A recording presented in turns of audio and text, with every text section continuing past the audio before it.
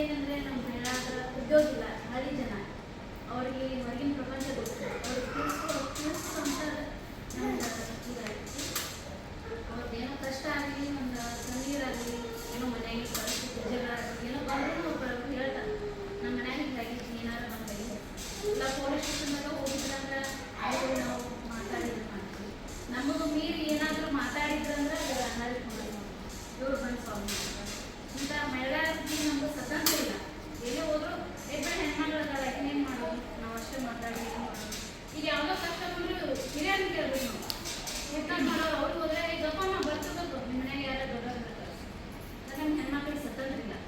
ಎಲ್ಲಿ ಹೋಗ್ಬೇಕು, ನಾವು ಬರಬೇಕು, ನಮ್ಮ ಮನೆಯಾಗ ಹೇಳ್ಬೇಕು, ಕೇಳಬೇಕು ಅಂತ ಬ್ಯಾನಾಗ ಬಿಟ್ಟು ಬಿಡಬೇಕು ಅನ್ನೋದು ಆಗೈತಿ. ನಾವು ಅದನ್ನು ಇಂಪ್ರೂವ್ ಮಾಡತ್ತೀವಿ. ಈ ಸಂಘಟನೆಯಿಂದ ನಮ್ಗೆ ಸ್ವಲ್ಪ 4 ಜನ ಪರಿಚಯ ಆಗಿದ್ದಾರೆ. ಇದರಿಂದ ನಾವು ಮತ್ತು ಬಡವರಿಗೆ ಏನಾದರೂ ಸಹಾಯ ಆಗತ್ತೈತಿ, ನಮ್ಗೆ ಅನುಕೂಲ ಆಗೈತಿ. ಇದೇ ಥರ ನಾವು ನಡ್ಕೊಂಡು ಹೋಗ್ತೀವಿ ಅಂತ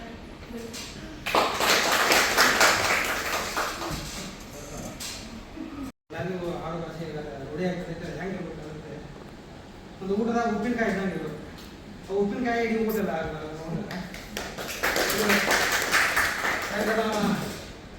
ಭಾಗದಿಂದ ಅಡ್ಡಾಡ್ಬೇಕು, ನಾವು ಕಿಟಕಿದಿಂದ ಬರಂಗಿಲ್ಲ. ಆ ಟೈಪ್ ನಾವು ಮನೆಯಾಗ ಮೊದಲು ಕನ್ನಡವನ್ನು ಬಳಸಬೇಕು. ಈ ಎಲ್ಲ ಮಕ್ಕಳನ್ನು ಇಂಗ್ಲೀಷ್ ಮೀಡಿಯಂ ಶಾಲೆಗೆ ಸೇರಿಸೋದ್ರಿಂದ ಮನ್ಯಾಗ ಬಂದರೂ ಅವ್ರು ಇಂಗ್ಲೀಷನ್ನ ಮಾತಾಡಿ ಅನ್ನೋ ವ್ಯವಸ್ಥೆ ಕನ್ನಡನ ಮಾತಾಡಬೇಕು. ಕನ್ನಡ ಭಾಷಾ ಅಸ್ತಿತ್ವನ ಕಳ್ಕೋತೈತೆ.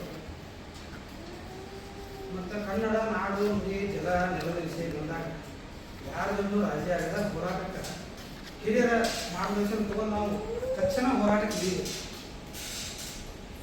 ಮತ್ತು ಇನ್ನೊಂದು ನಮ್ಮಲ್ಲಿ ಈಗ ನಾನು ಹೇಳಿದ್ರೆ ಕನ್ನಡ ಪರ ಹೋರಾಟಗಾರರ ಹೆಚ್ಚಾಗತ್ತಾರ ಅವ್ರ ಕಡಿಮೆ ಆಗತ್ತಾರೆ. ಯಾವ ರೀತಿ ಕಡಿಮೆ ಆಗತ್ತಾರ ಅಂದ್ರೆ ಈಗ ಅಕ್ಕ ಹೇಳಿದ್ರೆ ನಮ್ಮ ಹಳ್ಳಿ ಜನರು ಮುಂದಿನ ಜನಕ್ಕೆ ಏನು ಗೊತ್ತಾಗಲ್ಲ. ಈಗ ಅಣ್ಣವ್ರು ಹೇಳಿದಂಗೆ ಆಗ ನಾವು ಎಲ್ಲೋ ಒಂದು ಹೋದ್ರು ₹100 ಬೇಕಿರ್ತಾರೆ, 50 ರೂಪಾಯಿ ₹100. ಅದೇ ₹100 50 ರೂಪಾಯಿ ಬೇಕೆ ನಾವು ದುಡ್ಡು ತಿನ್ಬೇಕಂದ್ರೆ ಒಂದು ಸಜಾನ ಹೋಗ್ಬೇಕು ಇನ್ನೊಬ್ಬರ ಕಡೆ. ಅದೇ ರೀತಿ ಈಗ ಯಾವುದೇ ಒಂದು ಸರ್ಕಾರಿ ಇರಲಿ, ಯಾವುದೇ ಒಂದು ಆಫೀಸ್ ಇರಲಿ, ಅದು ಗೌರ್ಮೆಂಟ್ ಟೇಸ್ಟ್ ಇರುತ್ತೆ ಅಷ್ಟೇ ಇರುತ್ತೆ, ಅಷ್ಟೇ ತಗೋಬೇಕು. ಈಗ ಜನ ಮಾಡ್ತಾರೆ 3 ಜನ ಇರ್ತಾವ್ರು ಏನು ಗೊತ್ತಾಗಲ್ಲ ಅಂತೇಳಿ ಹೆಚ್ಚಿಗೆ ಬೇಡಿಕೆ ತಗೋತಾರೆ. ಇವ್ರು ಯಾರಿಗಂದ್ರೆ ಯಾರು ಸಪೋರ್ಟ್ ಆಗಲ್ಲ. ಯಾಕಂದ್ರೆ ಸಂಘಟನೆಗಳಂದ್ರೆ ಒಂದು ವ್ಯಾಲ್ಯೂ ಇದೆ. ಅನ್ನ ಹೇಳ ನಮ್ಮ ಕಡೆ ಏನು ಆಗ್ಲಿಕ್ಕಂದ್ರೆ ದೊಡ್ಡ ಒಂದು ಮಾತು ನಾವು ಇಡಬೇಕಾಗತ್ತೆ. ಹಿಂಗೆ ಐತ್ರಲ್ಲ, ಹಿಂಗಾದ್ರೆ ಅವ್ರಿಗೆ ಏನೋ ಗೊತ್ತಿದ್ದ ಸಲಿಗೆ ಅಧ್ಯಕ್ಷರಾಗಿದ್ರೆ ಮತ್ತು ನಮ್ಮ ರಾಜ್ಯದ ಅಧ್ಯಕ್ಷರಿಗೆ ಸ್ವಲ್ಪ ಮಾಹಿತಿ ಕೊಡ್ತಾರೆ. ನಮ್ಮ ತಿಳ್ಪಡಿ ನಾವು ಕನ್ನಡ ಹೋರಾಟ ಸ್ವಲ್ಪ ಮಾಡ್ಕೋತ ಹೋಗೋದು. ಯಾವ ರೀತಿ ಮಾಡೋದಂದ್ರೆ ರೀ, ಈಗ ಅಣ್ಣವ್ರು ಹೇಳಿದ್ರು ಆಗ ಕನ್ನಡಪುರದಲ್ಲಿ ಅರವಾಗಿ ಮಂದಿ ಹೆಚ್ಚಾಗೈತ್ರಿ, ಕನ್ನಡ ಸ್ಟೋರ್ ಆಗಲಿ ಎಲ್ಲ ನಮ್ಮ ಮುಂದೆ ಇದು ಮಾಡುವ ಮಂದಿ ಜಾಸ್ತಿ ಐತಿ. ನಮ್ಮಲ್ಲಿ ಮಂದಿ ಯಾವುದೇ ರೀತಿ ಅಣ್ಣವ್ರು ಹೇಳಿದ್ರೆ ಹಾಗಾಗಿ ಈ ನೀರು ಜಾಸ್ತಿ ಉಪಯೋಗಿಸ್ತಾರೆ. ಅದೇ ರೀತಿ ನಾವು ಮಕ್ಕಳಿಗಾಗೈತೆ ನಮ್ಮಲ್ಲಿ ನಾವು ಕನ್ನಡ ಜಾಸ್ತಿ ಉಪಯೋಗಿಸ್ಬೇಕು. ಕನ್ನಡನ ಯಾವಾಗೂ ನಾವು ಕನ್ನಡ ಹೋರಾಟಕ್ಕೆ ಯಾವಾಗಲೂ ಸಿದ್ಧ ಆಗಿರ್ತದೆ ಅಂತ ನಾವು ಹೇಳಕ್ಕೆ ಇಷ್ಟಪಡ್ತೇನೆ. ಇದು ಮತ್ತು ಈ ಮುಂದೆ ಬರೋದನ್ನ ನಾವು ಮಾಡ್ತೀವಿ. ಅಂದರೆ ಇನ್ನೂ ಜಾಸ್ತಿ ಮಂದಿ ಬೆಳೆಸ್ಕೊಂಡು ಐತೆ. ನಾವು ಸಂಘಟನೆ ತರಬೇಕಾದ್ರೆ ಇಲ್ಲಿಂದ ಎದುರು ಹೋಗ್ತೀರಿ, ಬೆಂಗಳೂರು ಹೋಗ್ಬೋದು. ಬೆಂಗಳೂರಿಂದ ಇಲ್ಲಿ ಬರ್ಬೇಕಂತ ನನ್ನ ಆಸೆ ಇದೆ, ಜನ ಸಂಘಟನೆ ಮಾಡಬೇಕಂದ್ರೆ. ಯಾಕಂದರೆ ನಾವು ಇಲ್ಲಿಂದ ಬೆಂಗಳೂರಿಗೆ ಹೋಗಿ ಕಲಾಡಿ ಆಳು ಮಾಡಿ ಸಂಘಟನೆ ಮಾಡ್ಕೊಂಡು ಬರ್ಬೋದು.